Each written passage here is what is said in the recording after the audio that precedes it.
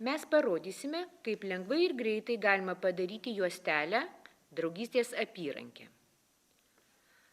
Atkerpame 3 Lietuvos vėliavos spalvų siūlus po 90 cm ir juos sudedame į vieną eilę. Visus siūlus sulenkiame pusiau ir paprastu mazgu surišame jų laisvus galus. Pasidaliname po vieną siūlą ir užkabiname jį ant dešinės rankos rodomojo piršto.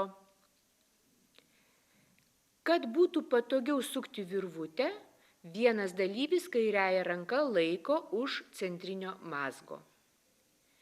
Visi drauge pradedame sukti savo siūlą apie pirštą pagal laikrodžio rodyklę.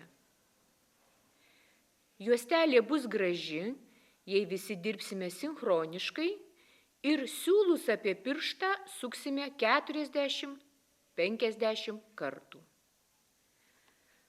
Susuktus siūlus atsargiai perkabiname ant vieno dalyvio piršto.